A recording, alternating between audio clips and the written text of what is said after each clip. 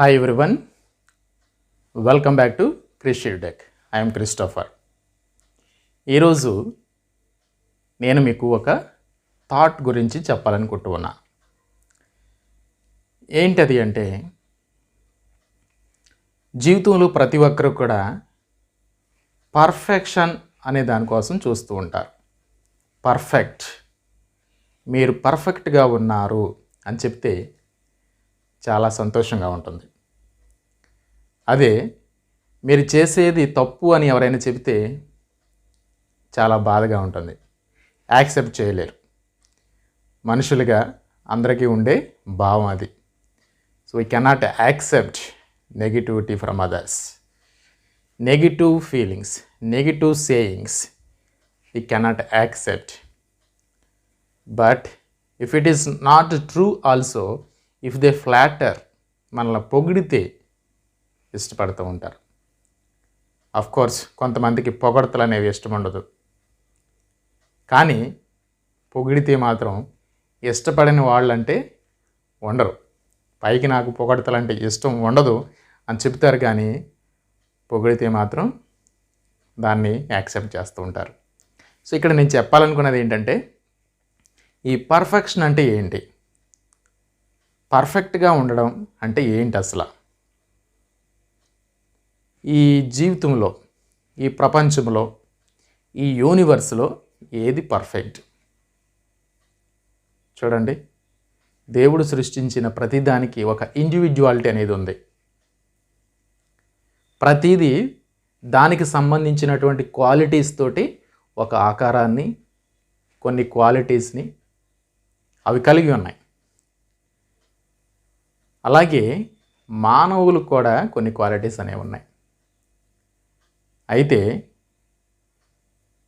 ఈ యూనివర్స్లో ఏవి కూడా తాపత్రయపడినటువంటిది, మనుషులు ఒకటే తాపత్రయపడేది ఏంటంటే ఈ పర్ఫెక్షన్. ఈ పర్ఫెక్షన్ అనేది నేను పర్ఫెక్ట్గా ఉన్నాను, నేను పర్ఫెక్ట్ మనిషిని అని అనిపించుకోవాలడం కోసం, ఆ మాట కోసం చాలా కృషి చేస్తూ ఉంటారు, తాపత్రయపడుతూ ఉంటారు. కొంతమంది అయితే నటిస్తూ కూడా ఉంటారు. Is it important? Is it really important for a person to be perfect? ఒకవేళ ఆ పర్ఫెక్షన్ అనేది ఉంటే అది ఏంటది? నిజంగా ఇది పర్ఫెక్షన్, ఇది నాట్ పర్ఫెక్షన్. సో ఇది పర్ఫెక్ట్గా ఉంది, ఇది పర్ఫెక్ట్గా లేదు అనేది ఉంటే ఇన్ని ఇండివిజువల్ డిఫరెన్సెస్ అనేవి ఎందుకు ఉంటాయి? వ్యక్తిగత భేదాలు ఎందుకు ఉంటాయి? ఉండవు. ఒకటే ఉండాలి, ఒకటే ఆలోచన ఉంటుంది, ఒకటే భావన ఉంటుంది, ఒకటే ఆలోచనలు, ఒకటే భావాలు, ఒకటే నడవడిక, అంతా కూడా ఒకటే ఉంటుంది, కానీ వేరువేరుగా ఉండదు. సో ఇక్కడ మనం గుర్తుంచుకోవాల్సింది ఏంటంటే, దేవుడు నిన్ను క్రియేట్ చేసినప్పుడు, నిన్ను సృష్టించినప్పుడు నీకు కొన్ని టాలెంట్స్ ఇచ్చాడు. నిన్ను ఒక అపురూపమైనటువంటి వ్యక్తిగా సృష్టించాడు, నువ్వు నమ్ముకున్నటువంటి దేవుడే. అయితే వాటిని ఉపయోగించు. ఎవరినో చూసి అది పర్ఫెక్షన్, ఆయన పర్ఫెక్షన్, లేకపోతే ఆమె పర్ఫెక్షన్, ఆమె పర్ఫెక్ట్గా ఉంది, నేను అలా ఉండాలని ఆమె డూప్లికేట్ అవ్వడానికి ప్రయత్నం చేయకూడదు, అతని డూప్లికేట్ అవ్వడానికి ప్రయత్నం చేయకూడదు. మనకు ఒక ఇండివిజువాలిటీ అనేది ఉండాలి. దానికోసం మనము ప్రయత్నం చేయాలి, దాన్ని నిలబెట్టుకోవడం కోసం ప్రయత్నం చేయాలి. పర్ఫెక్ట్గా ఉండడం అంటే ఎవరిలాగో ఉండడం కాదు. So there is a English saying, no one is perfect in this world. No one is perfect or nobody is perfect. That is why pencils have erasers. I think you got the meaning. Nobody is perfect. That is why pencils have eraser. Or no one is perfect. That is why pencils have eraser. Or you can also say nothing is perfect. That is why pencils have erasers. నా అభిప్రాయం మీకు అర్థమై ఉంటుంది. ఏంటంటే ఈ ప్రపంచంలో ఏది కూడా పర్ఫెక్ట్ కాదు. నువ్వు ఒక పని చేస్తున్నావంటే అది ఆ సమయానికి పని మంచిదే. అది మంచిది అన్నప్పుడే చేయాలి. దాన్ని పర్ఫెక్ట్గా చేయాలి అని దానికోసం తెగ తపత్రయపడిపోతూ నీ యొక్క వాల్యూస్ని వదిలేస్తూ చేయాల్సినటువంటి పని అయితే కాదు. ఒక ఎగ్జాంపుల్ చెప్తాను. చిన్నప్పుడు మనము అక్షరాలు నేర్చుకుంటున్నప్పుడు ఒక అక్షరాన్ని రాయడం కోసం చాలాసార్లు దాన్ని చెరపాల్సిన అవసరం ఏర్పడుతూ ఉంటుంది. చిన్నప్పుడు పలక మీద రాసాం కాబట్టి చెరుపుతూ ఉంటాం. అదే పెన్సిల్స్తో బుక్ మీద రాస్తే అది కరెక్ట్గా రాలేదని మొదటి లెటరు ఆలు రాసేటప్పుడు కానీ ఏబిసిడీలు రాసేటప్పుడు కానీ కరెక్ట్గా రానప్పుడు దాన్ని చెరిపి మరలా రాసి మరలా చెరిపి మరలా రాసి మరలా చెరిపి ఎన్నోసార్లు రాసి చెరుపుతూ ఉంటే ఏమవుతుందంటే చివరాఖరికి ఈ లెటర్ అనేది కరెక్ట్గా రాకపోగా రిజల్ట్ ఏంటంటే ఆ పేపర్ అనేది చిరిగిపోతుంది. పేపర్ అనేది చిరిగిపోతుంది. అలాగే చిన్నతనంలో మనము కష్టపడుతూ ఉన్నప్పుడు తల్లి లేదా తండ్రి చేయబట్టుకుని ఒకసారి దాన్ని ఇలాగా రాసి చూపిస్తూ ఉంటారు. సో అప్పుడు మనం నేర్చుకుంటాం. అదే చాలు, నువ్వు రాసింది పర్ఫెక్ట్గా ఉందని సాటిస్ఫై అవుతూ ఉంటాం. సో నేను ఏబిసిడీలు నేర్చుకునేటప్పుడు మా తండ్రి అంటే మా నాన్నగారు, my dad is my hero. He thought me letters how to right beautifully. ఎలా అందంగా రాయాలో నాకు నేర్పించాడు. నేర్చుకున్నాను. నాకు ఇండివిజువాలిటీ వచ్చింది.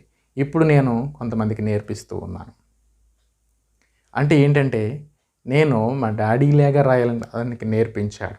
నువ్వు రాసింది పర్ఫెక్ట్గా ఉంది, నువ్వు సాటిస్ఫై అవ్వాలి. ఆ సాటిస్ఫాక్షన్ అనేది ఉందో చూడండి, ఆ సాటిస్ఫాక్షన్ ఉన్నప్పుడు మనం చేసే పని ముందుకు వెళుతుంది. కాబట్టి గుర్తుపెట్టుకోవాల్సింది ఏంటంటే రాసిన దానితో చేసిన పనితో సాటిస్ఫాక్షన్ అనేది ఉండాలి. అలాగే దానిలో తప్పుల్ని చేయకుండా దాన్ని కరెక్ట్గా చేయడం కూడా నేర్చుకోవాలి. అలాగని పర్ఫెక్షన్ కోసం చూస్తూ అసలు పని కానివ్వకుండా అడ్డుపడకుండా కూడా ఉండకూడదు. పనిని ముందుకు వెళ్ళాలి. జీవితంలో ముందుకు వెళ్ళాలంటే కొన్ని దాటుకుంటూ అక్కడే చేరుపుకుంటూ మొదటి అక్షరం దగ్గరే ఉండిపోతే తర్వాత అక్షరాలు నేర్చుకోలేం. కాబట్టి ఇది పర్ఫెక్ట్గా ఉంది, ఇది పర్ఫెక్ట్గా లేదు అని చెప్పడానికి లేదు. Nothing is perfect. That is why pencils have erasers. ఏది కూడా పర్ఫెక్ట్ కాదండి.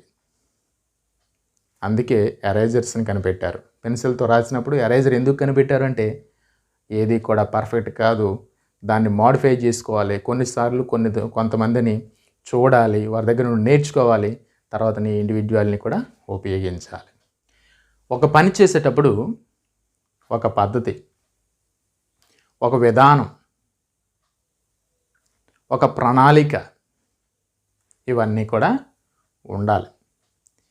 ఇవన్నీ కూడా పాటించినప్పుడు ఆ పని సక్రమంగా ఉంటుంది, అంటే సాటిస్ఫాక్షన్ ఇస్తుంది.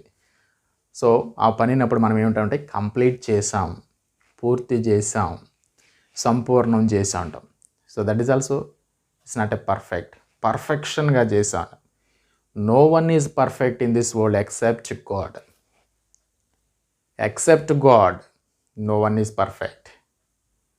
That is why pencils have erasers.